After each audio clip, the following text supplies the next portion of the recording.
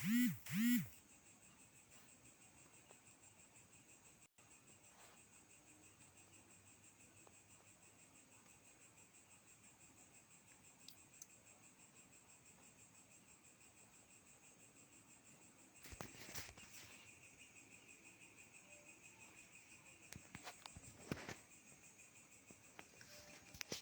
bismillahirrahmanirrahim. Assalamualaikum warahmatullahi wabarakatuh.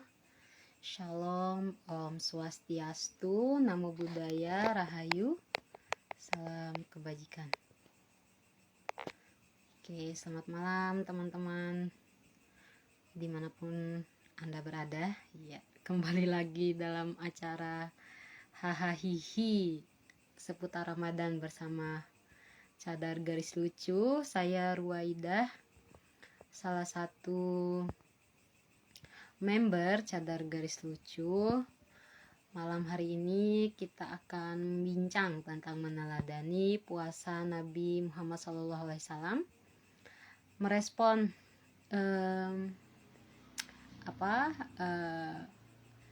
penutupan warung di siang hari ya. Nanti hari ini spesial karena Cadar Garis Lucu kolaborasi dengan Youth Interfaith Peace Center dan juga Women Empowerment Indonesia. Kayaknya udah muncul ya ini. Saya akan mengundang Youth Interfaith and Peace Center.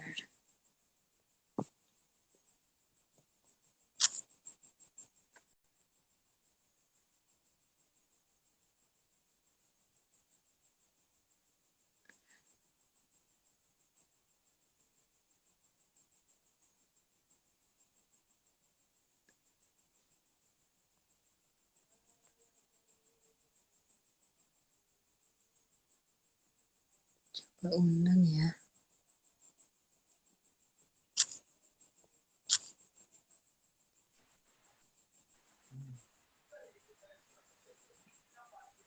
Oke, Kak Desi juga udah datang. Hai Kak Rahmat. Assalamualaikum. Halo. Aku kedengaran nggak ya? Kedengaran? Kedengaran?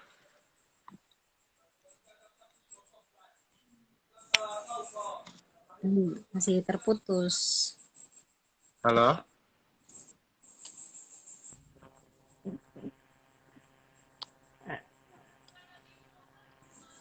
Tada.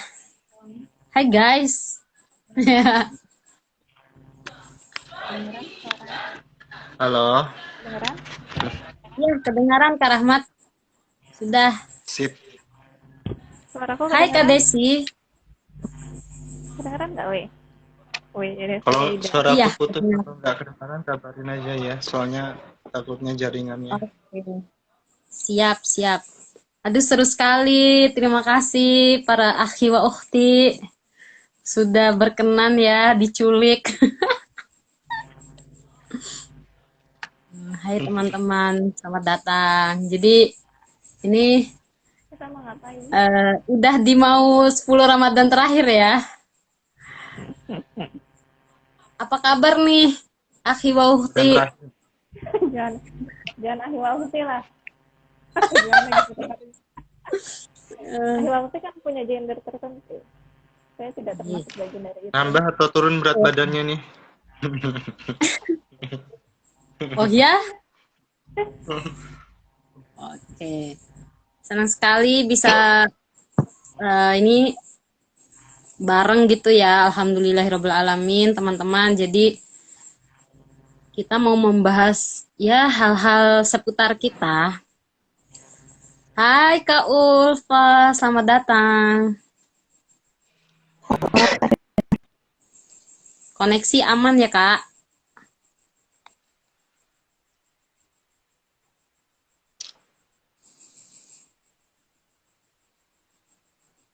Kak Ulfa, aku takutnya ini koneksiku atau gimana nih? Nggak mau lancar. Suaramu lancar kok, Wei? Oke, thank you. Nah, teman-teman, aku tadi sebenarnya udah buka Kak membuka acaranya. Jadi malam hari ini Cadar Garis Lucu seperti di poster yang teman-teman lihat di sana ada Kak Rohmatullah. Hai dada-dada Kak Rahmat dari Youth and apa sih Kak? Youth Interfaith and Peace Center. Juga ada Kak Desi dari Women Empowerment Indonesia dan ada Kak Ulfa dari Cadar Garis Lucu. Oke, ini pakai kacamata semua, kayak berasa intelektual banget gitu ya, guys. Pasti kalau nggak book addicted, ini bookworm or something like that. Ya nggak sih? Gadget addict kayaknya. Gadget Oh, addict. gadget. Gadget addicted ya, oke deh. Kak Ulfa kayaknya anunya koneksinya kurang ini. Baik, saya hari ini menjadi host karena saya ditugaskan oleh Kak Ainun Jamila Aidit. Gimana nih Kak Desi, apa kabar puasa di tahun 2022? Kak Rahmat juga. Ada yang beda nggak sih dari tahun kemarin?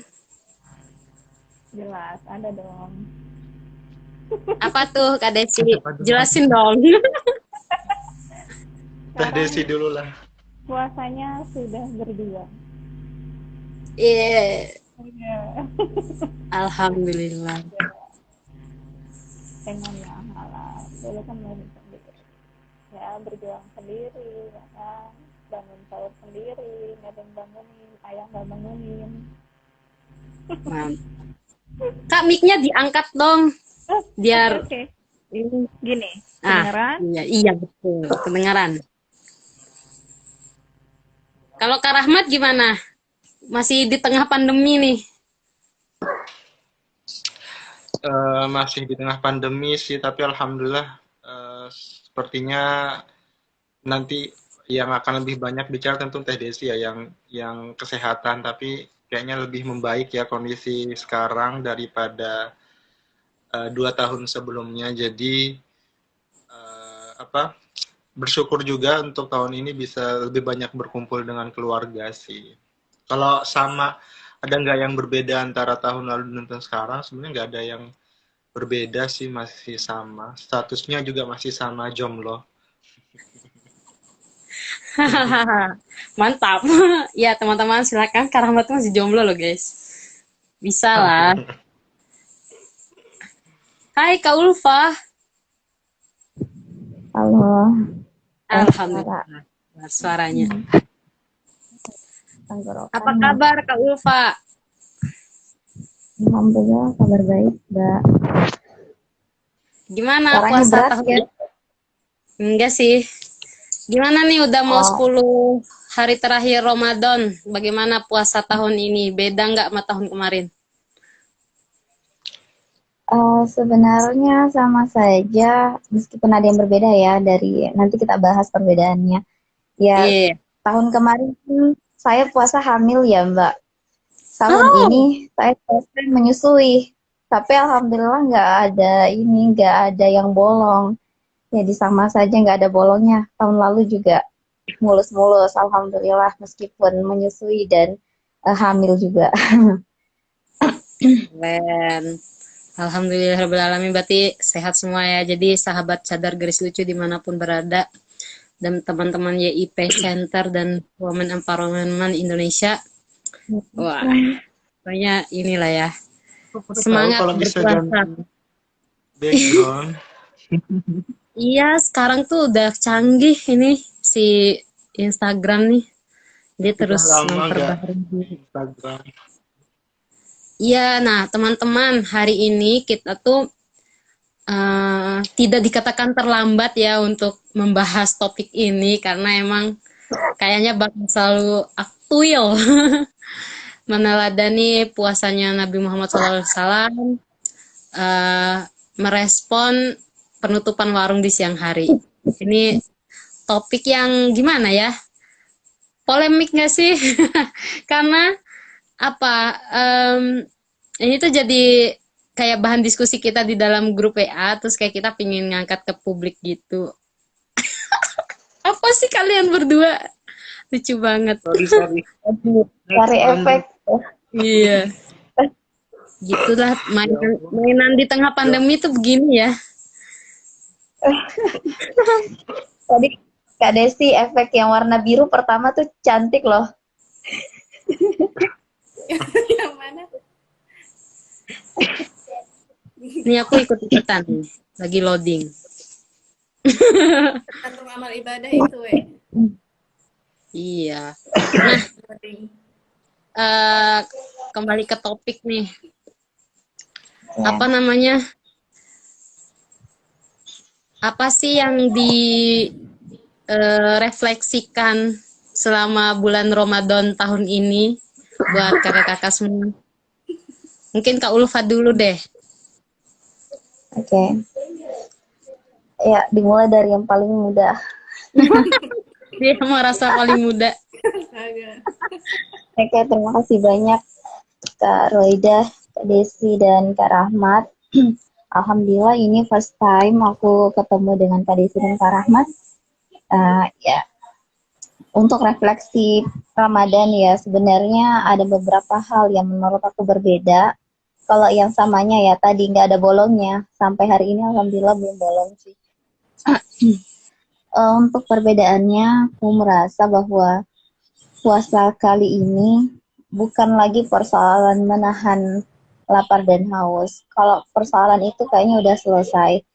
Jadi udah nggak ngiler-ngiler lagi. Meskipun ada orang yang makan di depan kita ya, udah nggak ngiler. Sudah tidak ada rasa ingin makan juga atau rasa ingin minum juga.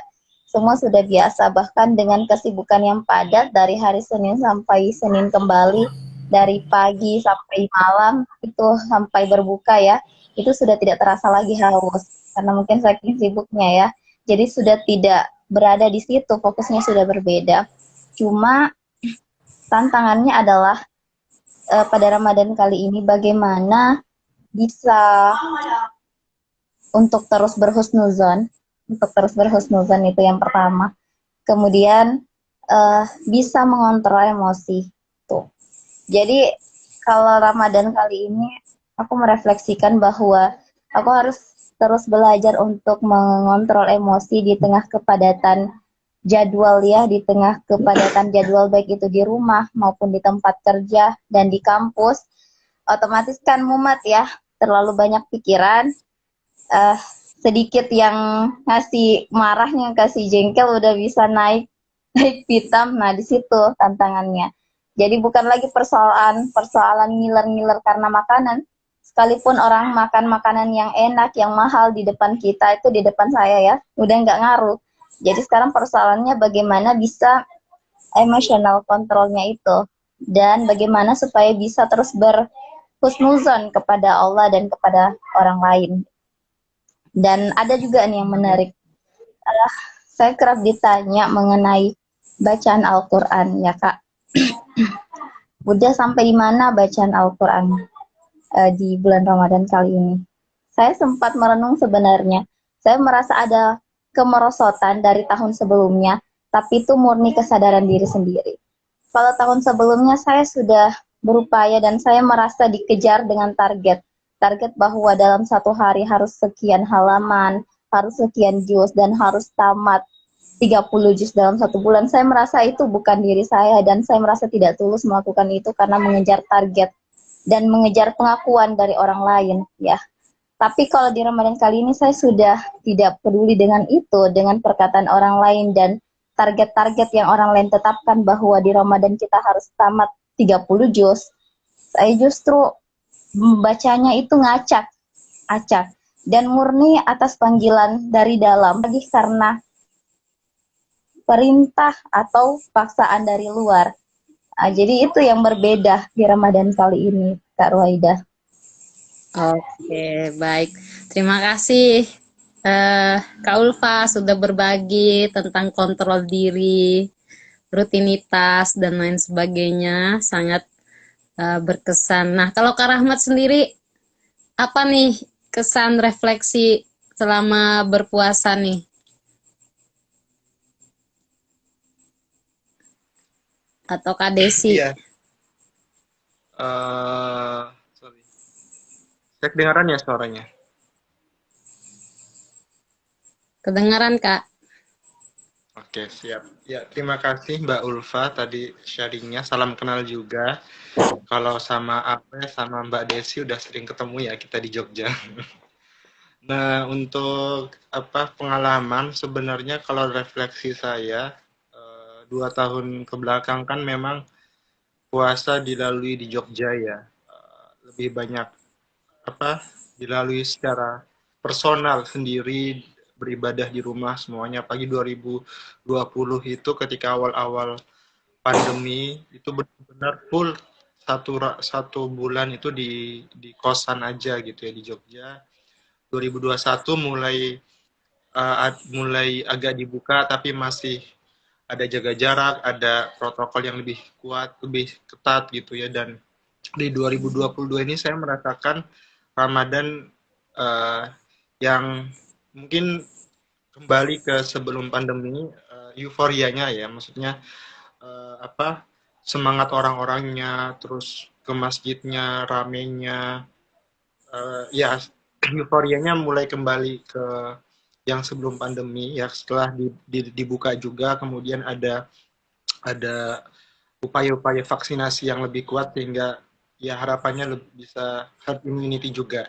Nah, tapi yang saya refleksikan adalah setelah pandemi kemarin memang pemaknaan ibadah itu yang lebih mendalam lagi. Jadi tidak sebatas uh, euforia bagaimana yang tadi disampaikan sama Mbak Ulfa juga ya, apa namanya?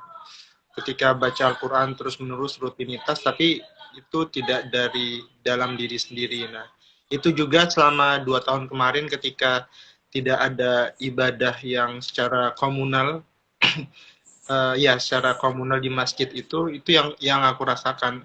Oh iya ya ternyata memang apa ibadah itu ya nggak cuma bisa dilakukan ketika kita apa secara komunal tapi secara personal di rumah di kamar kita pun juga kita bisa beribadah langsung kepada Tuhan gitu kan. Nah, selama ini biasanya kita ter, terjebak pada euforia komunalitas itu tadi. Walaupun di satu sisi saya juga memahami itu ya apa memang dimensi keagamaan tidak bisa dilepaskan dari sisi-sisi kebersamaan komunal. Tapi bagaimana kemudian memaknai uh, ibadah itu tidak sekedar komunalitas kita ngumpul bareng berjamaah di masjid dan seterusnya, tapi ada substansi yang lebih jauh misalnya.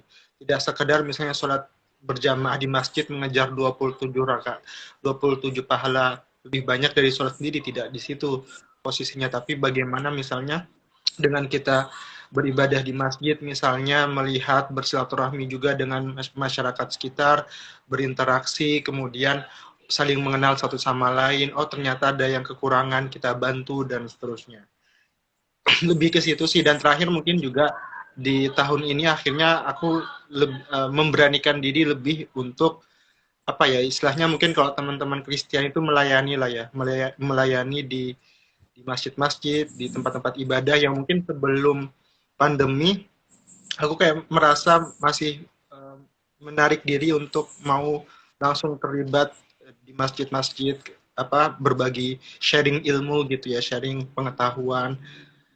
Kayak masih takut gitu ya kayak siapa sih saya belum belum bisa banyak berbagi juga sebenarnya. Tapi melihat dinamikanya kalau misalnya kita nggak turun teman-teman yang damai, teman-teman yang aktivis perdamaian, aktivis keberagaman yang punya satu visi misi ini kita nggak turun ke masjid, sedangkan teman-teman yang punya visi misi yang berseberangan tuh tempatnya di masjid, ya tentu kita tidak akan bisa berkontestasi kan. Jadi memang akhirnya saya memberanikan diri untuk terjun ke masyarakat, khususnya ke masjid ya. Selain juga di sosial media seperti misalnya yang dilakukan oleh Cadar Gadis Lucu dan kawan-kawan yang lainnya, tapi secara fisik kita di masjid menurut saya juga penting untuk menawarkan gagasan-gagasan yang berbeda atau yang lebih beragam lagi sehingga tidak tunggal.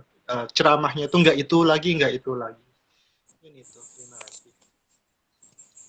Oke.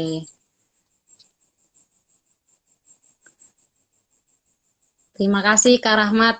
Nah, ini Kak Desi gimana refleksi kesan puasanya tahun ini? Oke. Kalau merujuk pada refleksi sebetulnya eh, apa ya akibat telah berdua gitu ya. Eh, apa mereka itu kita tuh ada perbedaan gitu ya. Kita ada perbedaan. Hmm, apa namanya? Kalau suami sendiri pengikut Muhammadiyah garis keras gitu ya, sedangkan saya NU garis tulen dan lembut. Jadi apa namanya ketika suami itu lebih dulu puasanya tanggal 2 ya gitu. Jadi ya sahur sendiri, buka sendiri. Maksudnya ya walaupun ada saya cuma memang aktivitasnya sendiri gitu dan saya tetap makan besoknya gitu. Oh, masih ada kesempatan untuk makan kalau ngapain puasa gitu. Oke. Terus mungkin eh, refleksi yang lain. Dulu kan saya pernah mondok ya. Jadi dulu kalau di pondok dan aktivitas Ramadan itu biasanya ada kegiatan ngaji kitab sore gitu ya. Tahun ini juga karena kayaknya udah lama saya nggak ikut kajian-kajian di pondok gitu ya, dan akhirnya saya ikut kembali lagi belajar di pondok. Cuma perbedaannya sekarang ngangong gitu ya, belajar intensif 30 jam tentang pengantar filsafat Islam, epistemologi gitu ya. Itu lumayan ini juga berat juga buat saya yang bukan basicnya filsafat gitu ya, dan harus belajar tentang filsafat Islam yang sehari bisa 3 sesi ya, 3 sesi, dan itu cukup memakan waktu gitu ya. Selain daripada bolak-balik rumah ke pondok gitu, kemudian juga belajarnya memerlukan waktu yang sangat apa ya, ya dipadatkan gitu ya, berkaitan dengan tentang filsafat Islam. Uh, Mungkin itu sih, nggak terlalu banyak refleksi. Sisanya adalah ya rutinitas yang sebetulnya tidak perlu dipublish gitu.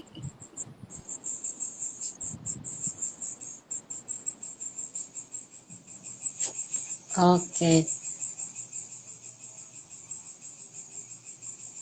Suaraku kedengaran gak sih, guys? Jelas, cuma tadi kan sih yang agak kecil di sini. Iya, di layarku muter-muter. Ya, itu menarik sih pengalaman-pengalaman personal kakak. Apa namanya, unik unik gitu loh dengan segala aktivitasnya masing-masing. Nah, kita mau ke pengalaman sosial nih. Sesuai judul diskusi kita malam hari ini.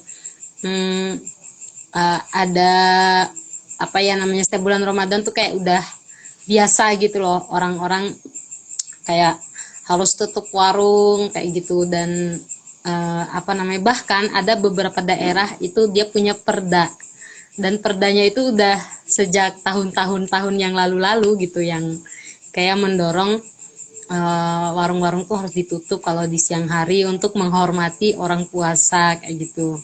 Nah, tentu ini kan fenomena sosial yang agak menggemaskan begitu, seperti yang kami tulis di caption gitu, bahwa ada orang-orang yang menuntut uh, agar puasa tuh tenang, tidak tergoda oleh makanan kayak gitu. Nah, tadi juga menarik tuh Kak Ulfa berbagi tentang misalnya level puasanya dulu, mungkin ketika sebelum berumah tangga atau masih anak-anak katakanlah ya, masih tergiur dengan makanan di siang hari kayak gitu. Tapi sekarang malah justru lebih kepada merefleksikan atau melihat ke diri sendiri kayak gitu.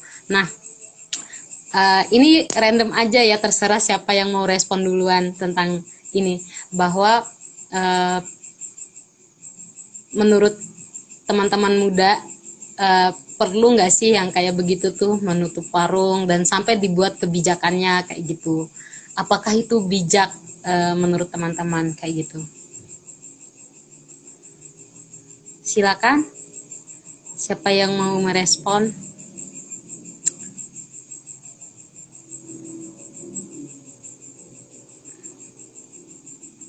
Pasti Kak Rahmat. Kak Rahmat.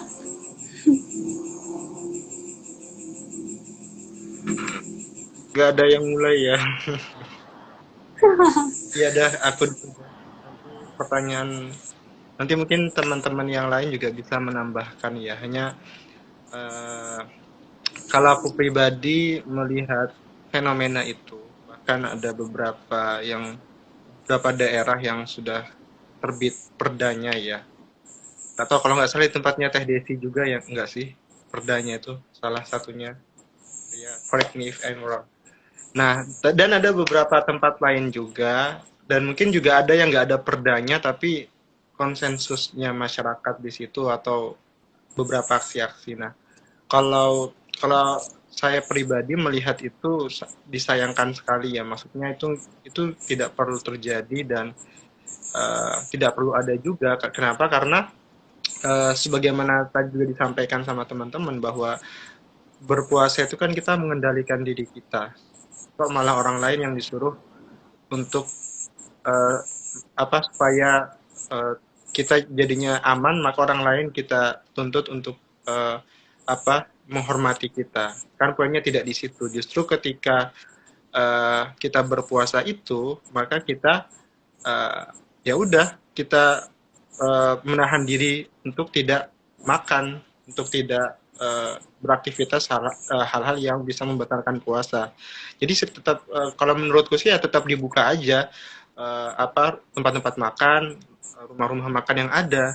Silahkan aja karena kan nggak semua bahkan nggak cuma teman yang non muslim, bahkan yang muslim pun misalnya teman-teman perempuan yang berhalangan atau yang yang sakit, orang tua yang sakit misalnya tua renta begitu ya, tapi mau mengakses makan tidak ada. Nah itu kan juga kesulitan ya, berarti yang harusnya mendirikan diri kan kita yang berpuasa ya, kita yang nggak usah mampir ke warteg atau ke burjo uh, ketika berpuasa kan. Jadi lebih ke penekanan diri. Dan menarik kalau misalkan kita baca di Al-Baqarah 185 itu ya, di bagian akhirnya itu 183 sampai 187 itu kan ayat-ayat yang favorit dikutip ketika bulan puasa. Nah di 185 di bagian akhir itu disebutkan yuridullahu bikumul yusra wala yuridu bikumul usra, bahwa Allah itu menghendaki kalian untuk menghendaki kemudahan bagi kalian dan tidak menghendaki kesusahan. Itu konteksnya kepada orang-orang yang berpuasa, bahwa kalau kita baca 185 secara utuh itu kan nanti ada keringanan, ada rukhsah.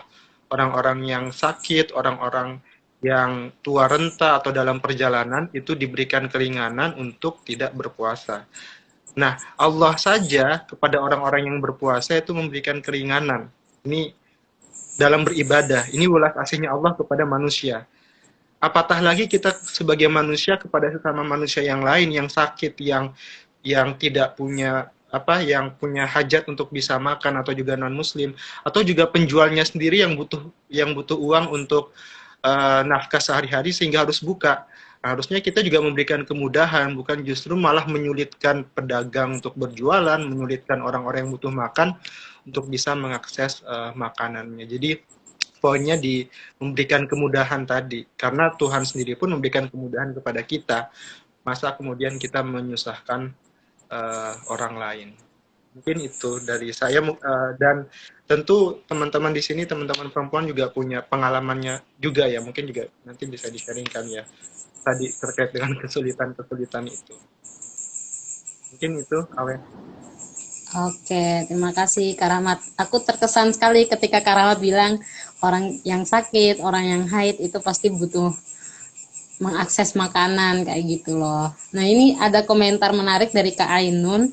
Kenapa kayak terlihat kayak ada sanksi sosial ya, kayak pencuri harus sembunyi-sembunyi kayak gitu. Nah ada komentar nggak Kak Desi tentang fenomena? Nah itu wah kalau lupa keluar. Enggak, ini fenomena yang cukup menggelitik gitu loh bagi kita umat Islam ya, karena hampir seluruh misalnya fatwa MUI juga membolehkan membuka warung gitu loh. Tetapi justru aparat pemerintah sendirilah yang bertindak sebaliknya kayak begitu. Ini kan apa ya, kebijakan-kebijakan yang lucu gitu loh, yang apa ya, bahkan dalam akal pikiran kita sebagai orang Islam itu nggak make sense sama sekali kayak gitu loh. Ada sih. Oke, kedengeran ya? Aku sekarang pakai headset. Kalau buatku, ya sebetulnya persis dengan apa yang dikatakan oleh Mas Rahmat gitu. Tidak logik juga ketika misalnya kami ya yang memang tanda kutip kodratinya adalah menstruasi gitu ya, atau misalnya orang-orang yang memang tidak mampu untuk berpuasa, dalam hal ini memang tidak diwajibkan untuk berpuasa, bahkan haram hukumnya kalau berpuasa gitu ya, mereka tetap harus, keutamaan kita kan adalah mencukupi kehidupan gitu ya, menjadi hidup gitu ya, menjadi hidup, mencukupi kehidupan itu dengan makan gitu ya. Ketika misalnya tidak ada orang yang berjualan, atau misalnya kita tidak bisa makan dengan sebagaimana pada biasanya gitu ya, lagi-lagi sebetulnya bukan siapa yang salah siapa yang benar, tapi memang perlu adanya kesalingan untuk melihat bahwa ya kami juga butuh untuk ruang untuk mencukupi kehidupan, kebutuhan untuk makan gitu loh, singkatnya gitu ya. Kalau misalnya mereka misalnya nutup warung, biasanya menutup toko-toko makanan, restoran-restoran itu kan setengah gitu ya. Ya mungkin itu salah satu dari aplikasi dari Perda itu gitu ya, misalnya Perdanya sampai mengharuskan untuk ditutup, atau bahkan seminimal-minimalnya adalah mereka yang menutup tirainya setengah gitu ya. Mungkin bagi mereka yang sifatnya konservatisme, ya memang seperti itu gitu ya. Tapi lagi-lagi kalau balik ke konsep puasa, hubungan puasa itu kan sebetulnya bukan bagaimana dilihat oleh orang lain, tetapi dilihat itu hubungannya dengan Tuhannya gitu ya. Mau dia berpuasa makan dan tidak makan dan tidak minum, kan konteks puasa bukan hanya itu, bukan hanya untuk menahan makan dan minum gitu kan ya, tapi kan banyak itu konteks berpuasa ini, menahan hawa nafsu, menahan amarah, menahan yang tidak diperbolehkan gitu ya.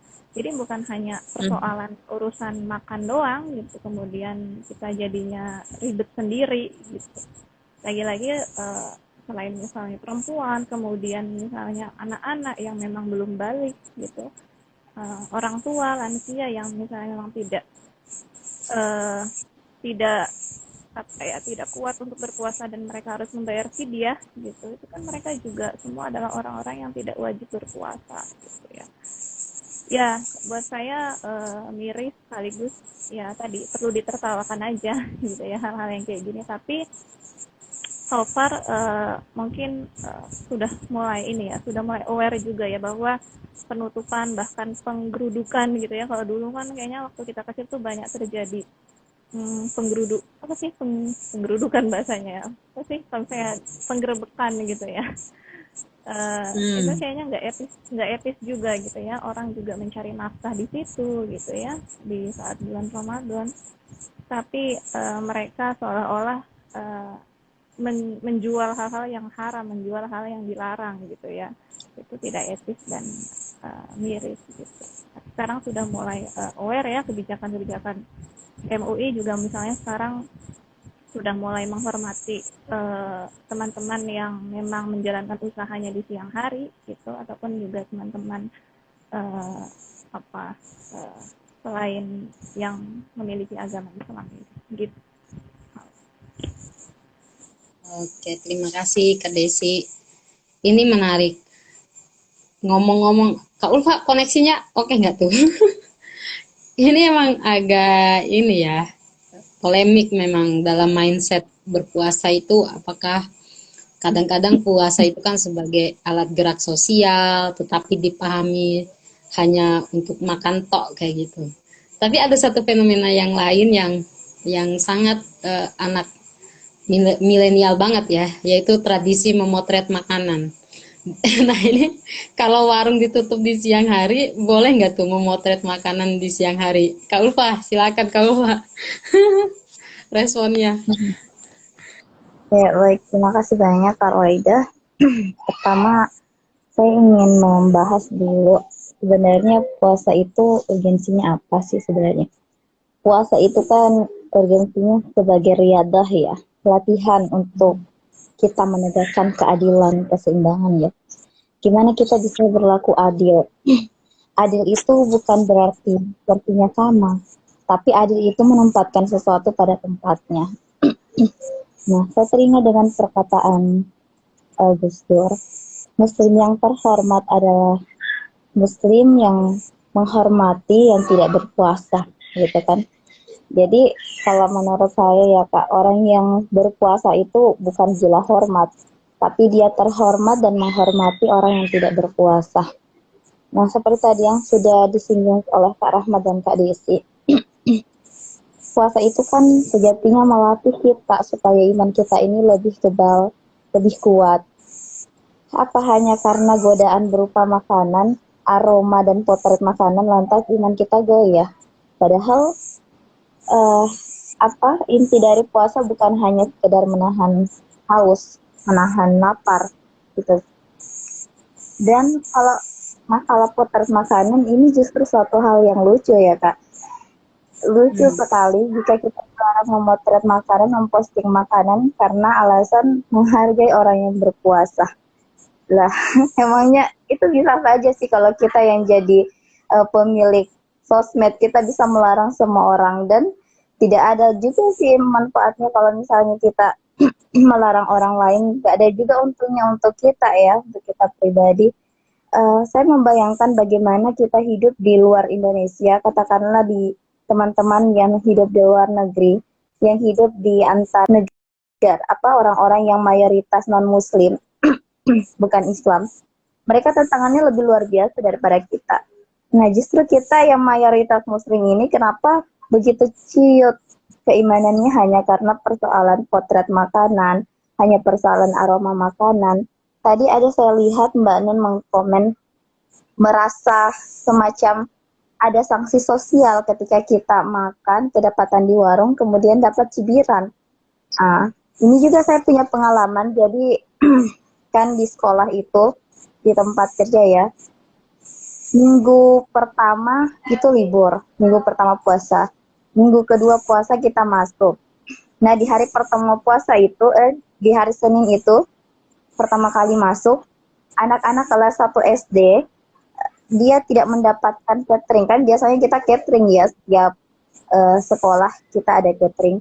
Guru-guru yang haid dan yang hamil juga tidak mendapatkan catering karena alasannya ini bulan puasa. Ya, ini banyak yang demo, anak-anak sudah kelaparan, ada yang katanya puasanya cuma setengah hari. Jadi jam 1 dia harus makan, tapi nggak ada catering karena alasan ini kan orang puasa. Terus ada berapa guru yang lagi hamil kan nggak puasa ya, karena hamil dan menstruasi juga. Akhirnya pada demo ke saya. Jadi saya coba bicarakan ke pihak catering. Kemudian beberapa guru laki-laki protes, boleh makan bunda, yang penting jangan di depan kami ustadz. Lah saya bilang, justru di sini semakin diuji keimanannya itu justru semakin bagus. Tapi kata mereka itu katanya menzolimi. Nah, saya membalikkan, bukankah justru tidak adil ketika yang mendapatkan hak untuk dapat catering itu justru direnggut haknya hanya karena persoalan orang lain berpuasa. Bukannya ibu hamil itu berhak makan. Anak-anak yang tidak bisa berpuasa pun itu berhak mendapatkan makanannya. Jadi ini semacam mindset yang keliru di masyarakat, di mana orang yang berpuasa harus menghormati yang tidak berpuasa. Sementara kita harus saling menghargai di sini.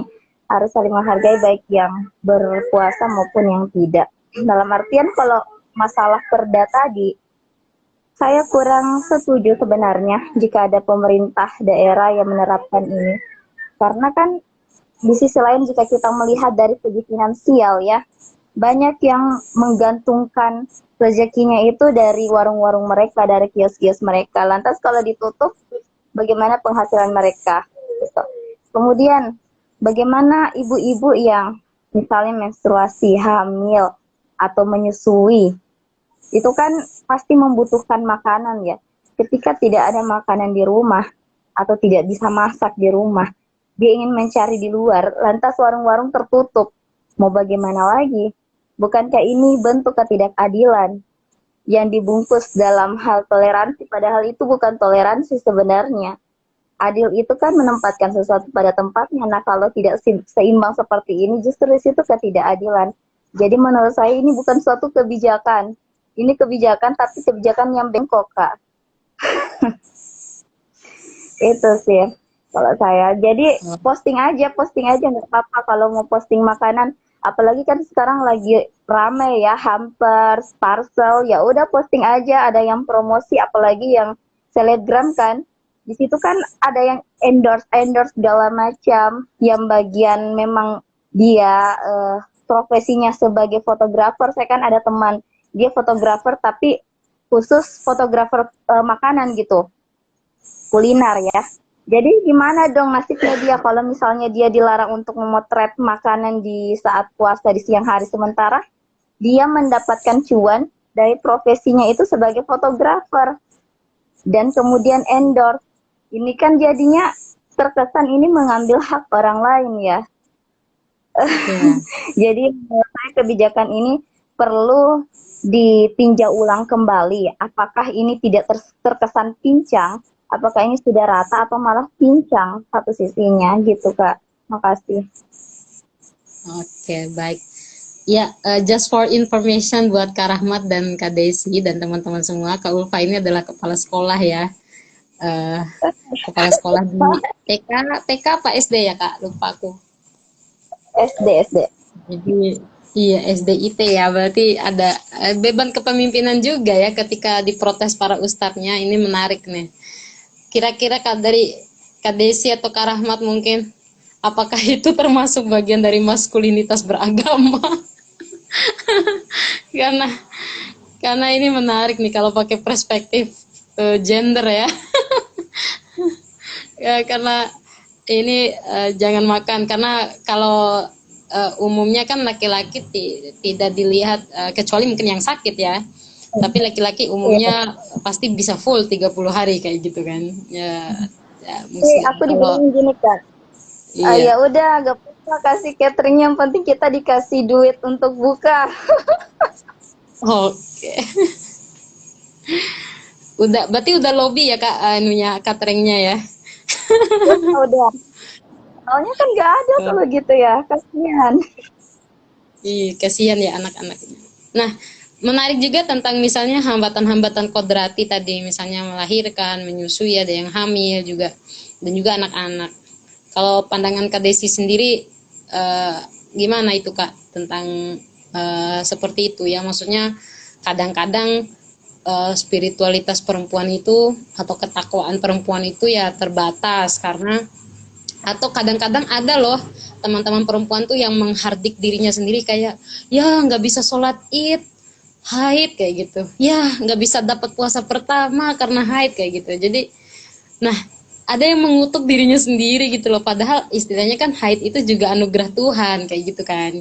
Gimana Kak Desi? Aduh, kayaknya kalau ini harus ustazah yang ngomong ya. Cuma coba saya bukan siapa-siapa. Coba saya ke persoalan berkaitan dengan pengalaman perempuan menjalani puasa gitu ya. Saya di sini bikin note kalau misalnya kemarin saya ikut ngaji KGI serialnya Bu Nyai Rofiah gitu ya, yang memang dulu juga saya pernah di Kerapiak juga, cuma beliau memang kompleks tahfidz gitu.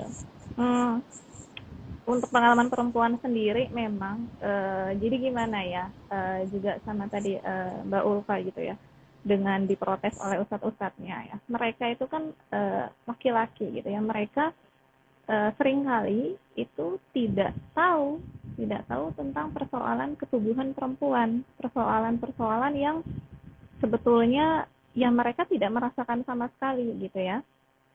Dari mulai ya yang kita sebut kodrat-kodrat perempuan adalah melahirkan, menyusui gitu ya, nifas, itu kan mereka tidak mengalami, bahkan tidak merasakan sama sekali ya.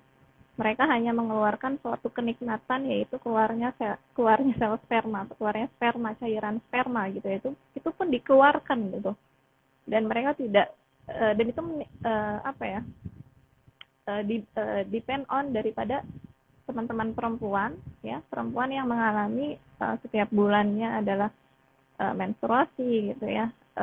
Jadi itu harus dikasih tahu gitu. Kalau misalnya kata Bu Rofi itu dikasih tahu pengalaman-pengalaman ketubuhan perempuan, pengalaman kalau misalnya menstruasi itu nggak semua orang itu merasakan biasa aja, ada yang merasakan sakit, bahkan sampai pingsan gitu ya. Kalau misalnya tadi ditutup gitu ya, gimana mereka mau makan gitu, gimana mereka harus memenuhi kebutuhan tubuhnya yang kalau secara biologis keluar gitu ya, darah kotornya keluar, mereka kan lemas, mereka butuh asupan makanan ya, nutrisi, air, dan hal-hal yang sifatnya untuk memenuhi tenaga mereka gitu ya.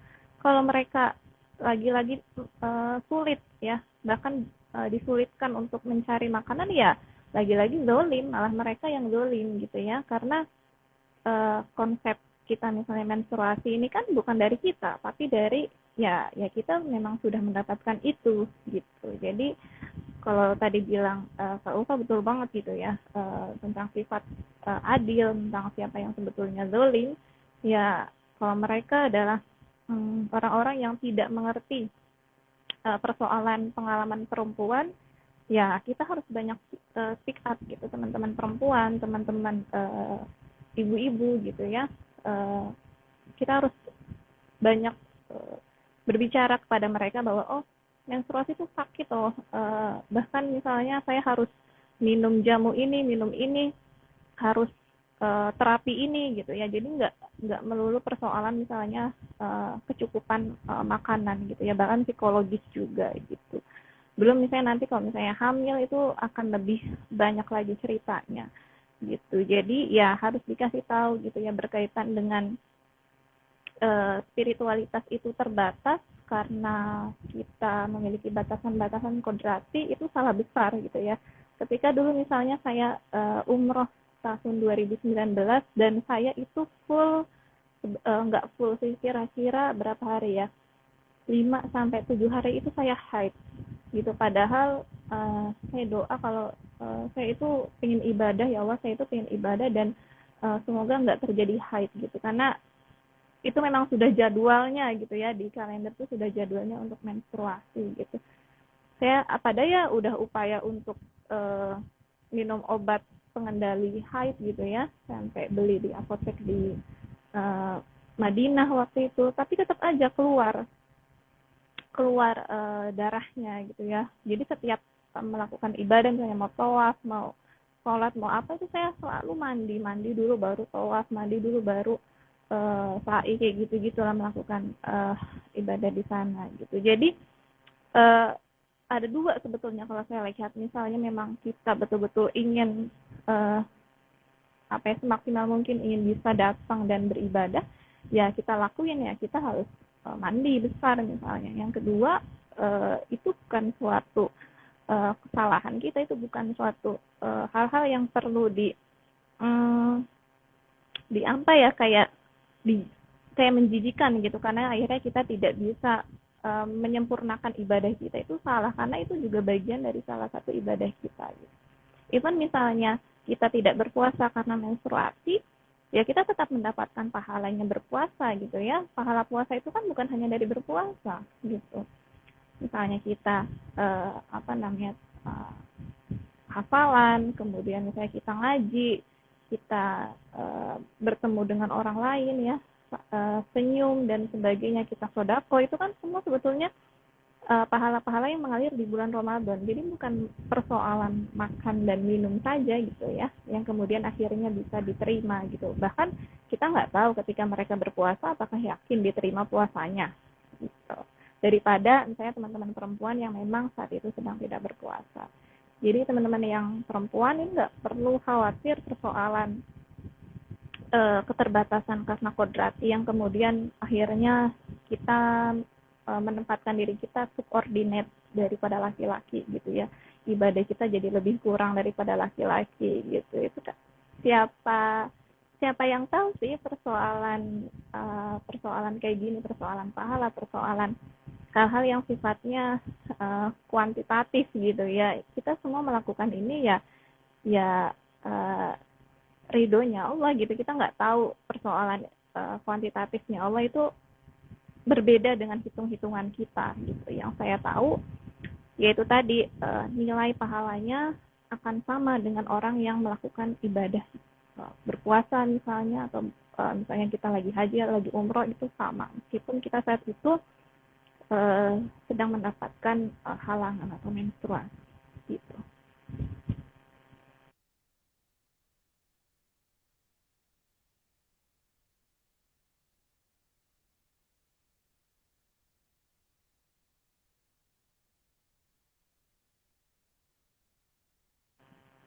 Jelas kan ya suaraku ya? Ya. Ya. Oh, sorry, lag tadi. Oke, sudah. Terima kasih Kak Desi membagikan pengalamannya ketika umrah ya tadi juga. Ya, catatan-catatan lainnya itu juga sangat sangat apa namanya? Memperkaya sekali. Dan kita mau ke Kak Rahmat ini tentang apa namanya ya? Kak Desi membagikan pengalamannya ketika umrah ya tadi. Suaraku kedengaran gak sih? Dengaran kok. Oke. Baik. Kita mau ke Kak Rahmat nih. Kak Rahmat nih, kenapa kita ngundang Kak Rahmat? Karena Kak Rahmat nih bacaannya banyak banget ya.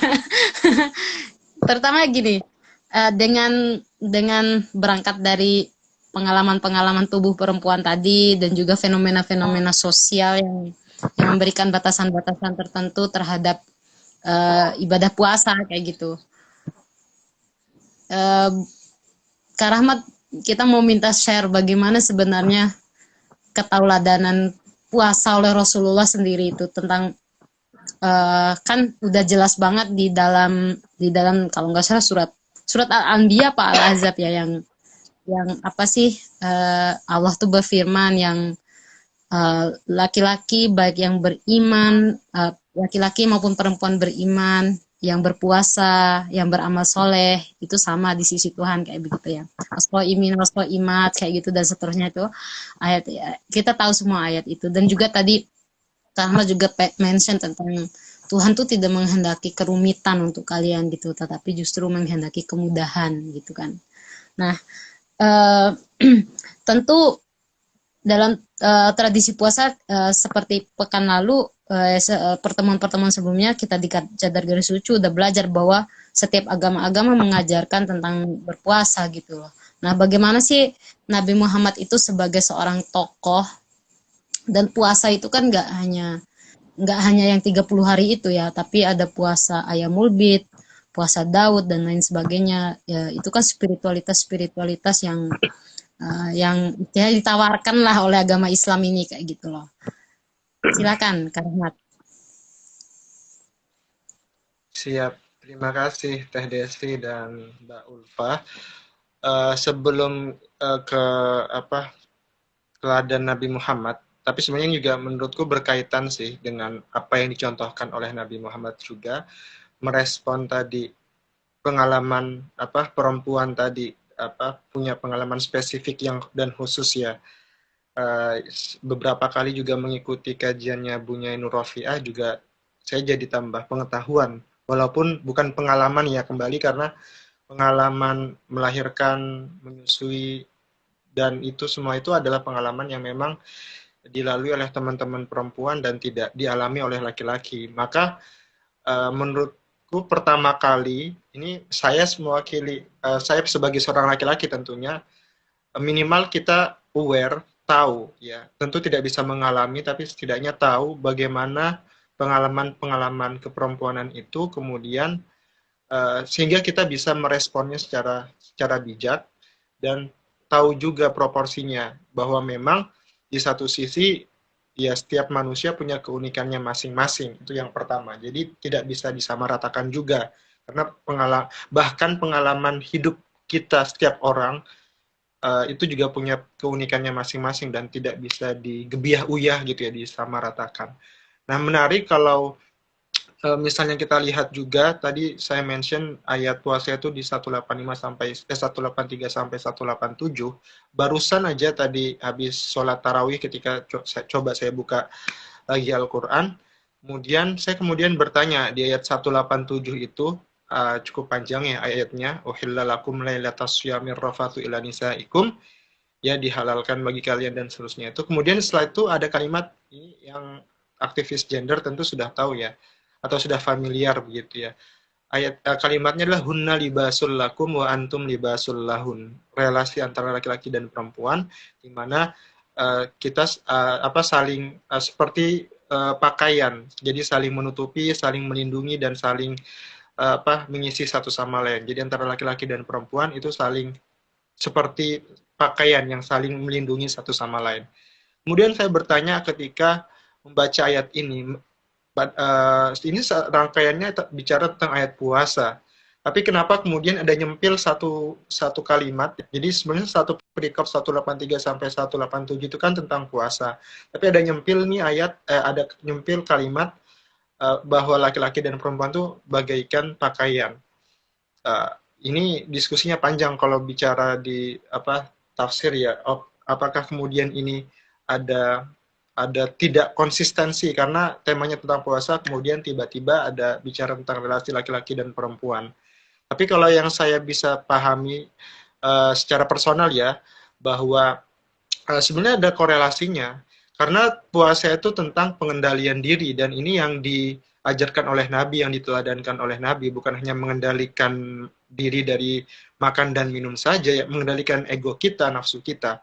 Salah satunya adalah nafsu kita atau ego kita sebagai laki-laki atau perempuan.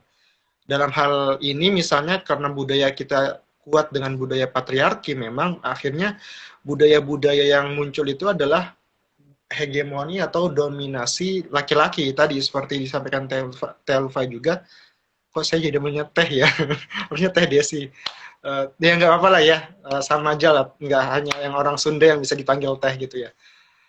Teh Ulfa, ustadz-ustadznya juga minta dihargai gitu ya. Nah itu kan ada dominasi laki-laki yang power, yang merasa lebih power, otoritatif daripada perempuan misalnya. Nah kalau kita baca ayat ini, kalimat ini, harusnya kita bisa menurunkan ego kita ketika kita berpuasa.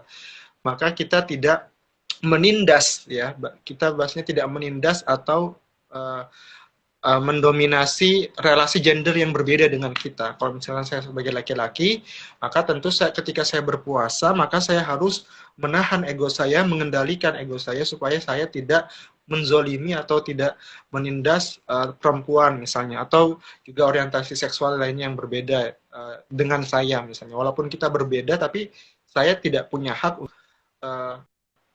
menzolimi mereka. Tadi kunci di puasa adalah kita bisa mengendalikan diri kita. Jadi ya kembali lagi ketika bicara tentang teladan Nabi, ya Nabi meneladani puasa ya seperti itu. Jadi beliau benar-benar bisa mengendalikan diri, mengendalikan hawa nafsu, dan satu kata kunci juga tadi sempat disebutkan oleh Mbak Ulfa adalah keseimbangan. Jadi Nabi itu berpuasa tapi juga berbuka. Nabi beribadah tapi juga beristirahat. Nabi ke masjid tapi juga ada untuk keluarganya. Nah, keseimbangan ini menurut saya yang penting ya, yin dan yang. Jadi dunia dan akhirat itu penting untuk diseimbangkan, termasuk juga relasi laki-laki dan perempuan tadi. Relasi antar gender juga perlu seimbang, tidak boleh ada yang terlalu dominan satu dengan yang lain. Nah, puasa mengajarkan itu, dan Nabi pun juga sudah meneladani bahwa kita juga berpuasa, kita menahan diri, tidak makan, tidak minum, tapi pada waktunya nanti kita juga berbuka. Kita beribadah, tapi pada waktunya nanti kita juga beristirahat. Nah, itu yang mungkin perlu kita refleksikan lagi. Jadi tidak berlebihan, misalnya berpuasa 24 jam atau tidak berbuka-buka sehingga menyiksa diri, atau di sisi lain beribadah saja, misalnya tidak beristirahat, atau sebaliknya misalnya beristirahat terus, tidur terus, tapi tidak ada ibadah, tidak ada aktivitas. Jadi itu yang perlu kita seimbangkan tadi. dunia akhirat.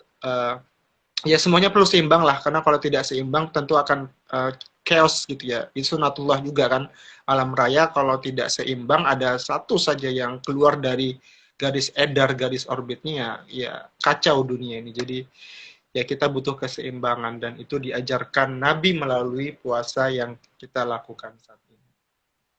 Itu mungkin, Awe, terima kasih. Baik, terima kasih Kak Rahmat.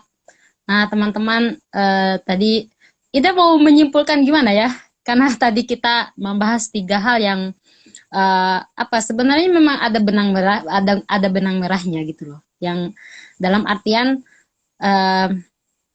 kadang-kadang kita harus sadar bahwa dalam membuat kebijakan tuh nggak bisa pakai standar pribadi orang gitu loh. Apalagi ego yang harus dihormati dan lain sebagainya gitu atas nama bulan puasa kayak gitu loh. Dan dalam momen-momen tertentu, misalnya dalam ketika hamil atau ketika haid, terus sedang menjalani puasa atau ibadah umroh, itu juga menjadi sangat diskriminatif gitu loh. Itu sebuah kebijakan yang bahkan akhirnya istilahnya dengan menggunakan kemajuan teknologi dan sebagainya, akhirnya justru ingin memberikan penghormatan kepada orang lain, tapi menghormati diri sendiri dalam berspiritualitas, dalam hal ini adalah berpuasa, itu menjadi rumit kayak gitu. Nah, ini memang harus jernih ya, maksudnya dalam menentukan hal-hal ini di ranah-ranah yang publik kayak gitu. Nah, kita sudah ada di penghujung acara live Instagram kita ini, dan Ida mau dengar closing statement dari masing-masing narasumber pada malam hari ini. Itu sangat memperkaya bagaimana mengelaborasi tentang ketauladanan Nabi Muhammad, kemudian fenomena sosial ini, dan juga tentang pengalaman tubuh perempuan di dalam berspiritualitas. Silakan Kak Ulfa. Oke. Aku dulu ya. Ya, baik. Terima kasih banyak Kak Ruwaida, Kak Desi, dan Kak Rahmat.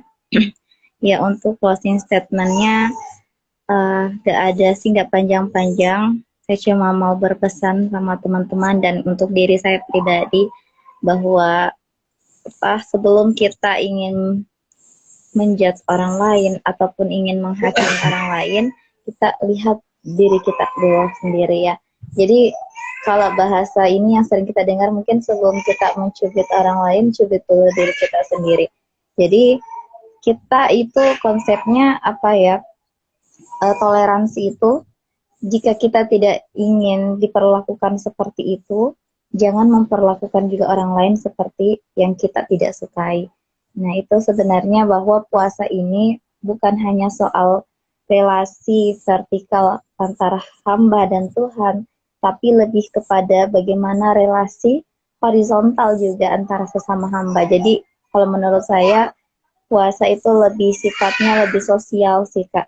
Gitu. Terima kasih untuk waktunya malam ini. Jangan pernah berhenti belajar dan membuat diskusi-diskusi sederhana seperti ini, karena itu sangat memperkaya wawasan. Terima kasih Kak Ruwaida. Oke, terima kasih Kak Ulfa. Kak Desi, silakan Kak Desi. Oke, mungkin dari saya lebih kepada bilang gini ya, saya bilang kalau misalnya berpuasa itu bukan untuk adanya minta pengakuan dari orang lain gitu ya, bukan untuk bilang kalau hey, ini gue lagi puasa loh, hargain gue dong gitu. Tapi ya berpuasa itu ya orang yang lebih baik adalah yang dia nggak tahu dia puasa atau tidak gitu ya, dia tetap menahan hawa nafsunya untuk misalnya lagi-lagi tidak mendiskriminasi orang lain yang makan, atau misalnya dia dia tetap posisi di situ, kemudian melihat teman-temannya yang memang sedang tidak berpuasa, ya dia menyaksikan saja gitu ya. Misalnya cukuplah berpuasa, cukuplah beribadah itu bagi dia adalah sepengetahuan dia dengan Tuhannya gitu. Masalah sosialnya adalah dia tetap bagaimana tadi ya membersamai teman-temannya untuk ya silahkan makan, dan kalau misalnya dia memang sedang berpuasa ya sudah bilang saja berpuasa gitu ya. Atau kalau biasanya kalau di pondok-pondok gitu ya, saya bilang lagi puasa ya, kadang kalau misalnya puasa-puasa sunnah gitu ya, oh ya enggak puasa gitu ya, padahal dia puasa gitu. Jadi banyak orang juga yang kadang juga tidak mau untuk diperlihatkan bahwa saya sedang berpuasa gitu ya. Emang persoalannya sulit ketika misalnya memang laki-laki muslim memang diwajibkan berpuasa, sedangkan perempuan ada yang memang tidak bisa untuk berpuasa gitu ya. Yang kedua mungkin buat saya adalah ceritakan pengalaman-pengalaman lagi-lagi persoalan ketubuhan perempuan secara biologis gitu ya.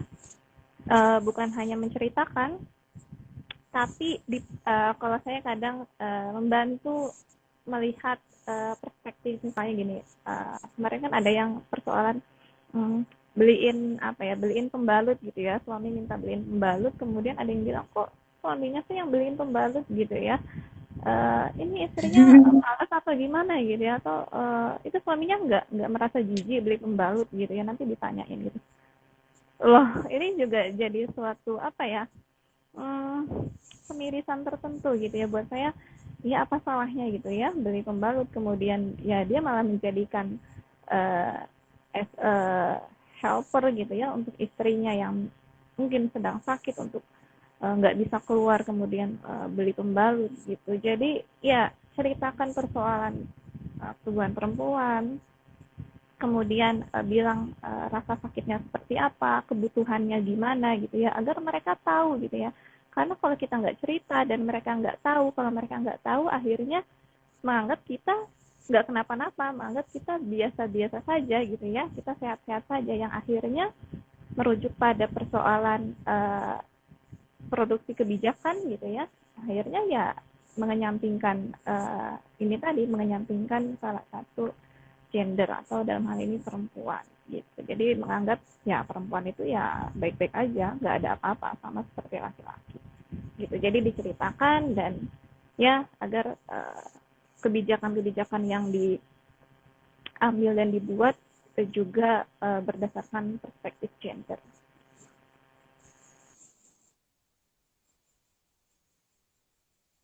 Oke, terima kasih Kak Desi.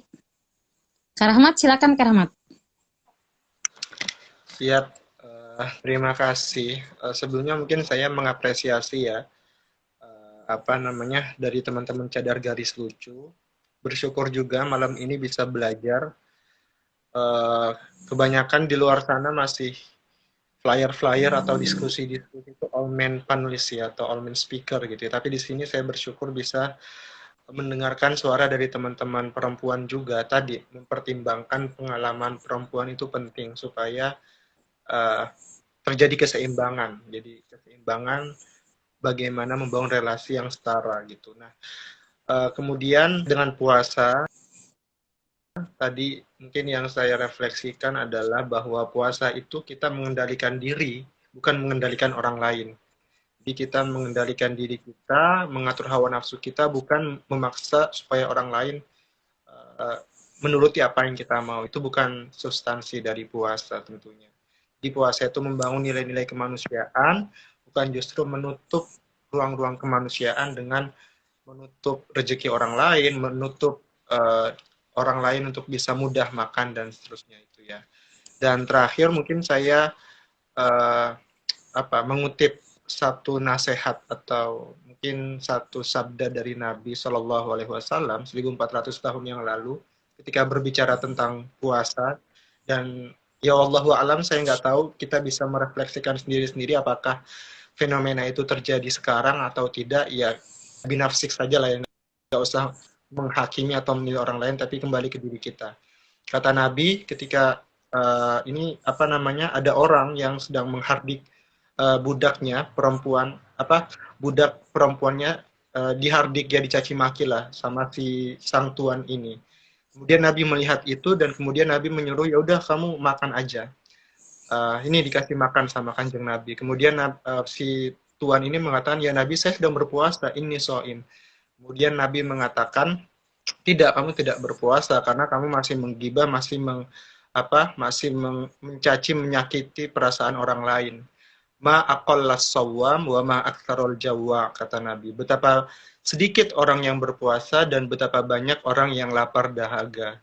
Nah, kembali ke diri kita, apakah kita termasuk golongan yang sedikit yang memang benar-benar berpuasa atau kita masuk golongan yang banyak nih, golongan yang mayoritas yang hanya lapar dan dahaga. Jadi jangan bangga bisa jadi mayoritas karena kata Nabi justru yang mayoritas itu berpuasa dia hanya lapar dan dahaga saja. Dan ya wallahu a'lam, apakah juga mungkin orang-orang yang memaksa menutup diri itu juga masuk dalam kategori itu, ya wallahu a'lam. Kita kembali ke diri kita masing-masing.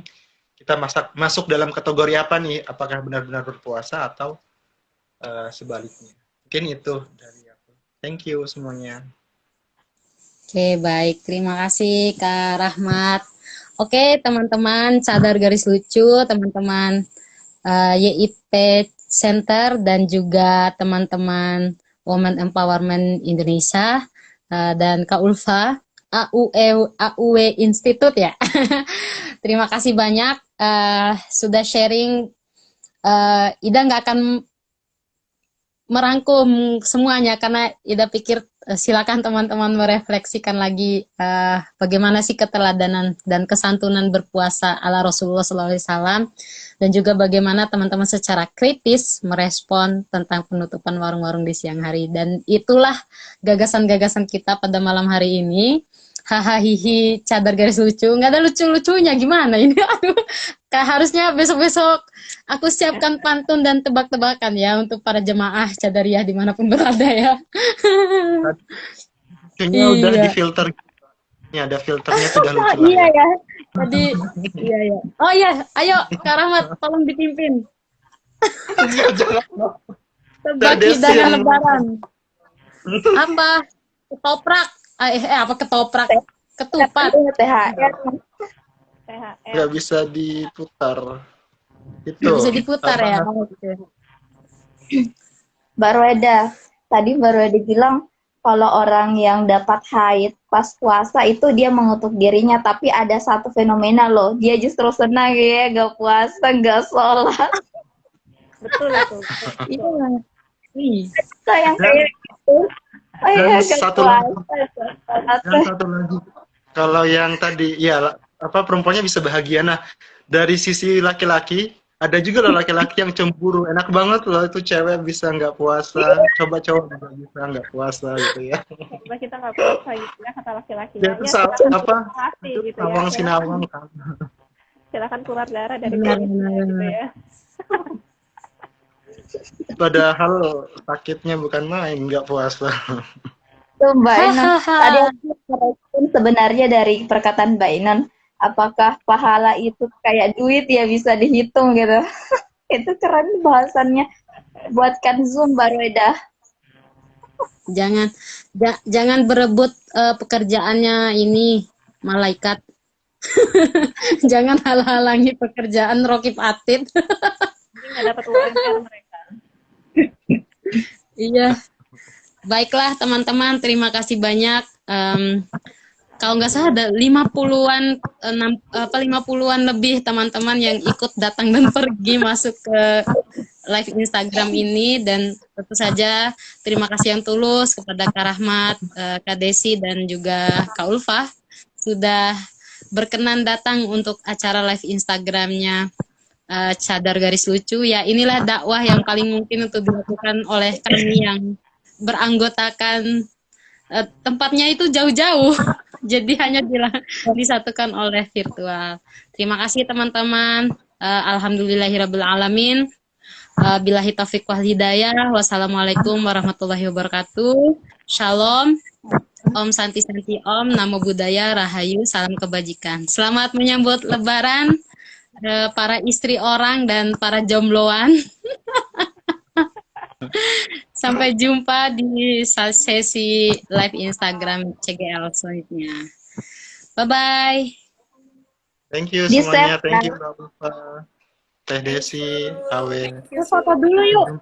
Foto dulu. Oke, foto dulu ya. dong. Ya, Saya satu. Aku pakai filter itu aja.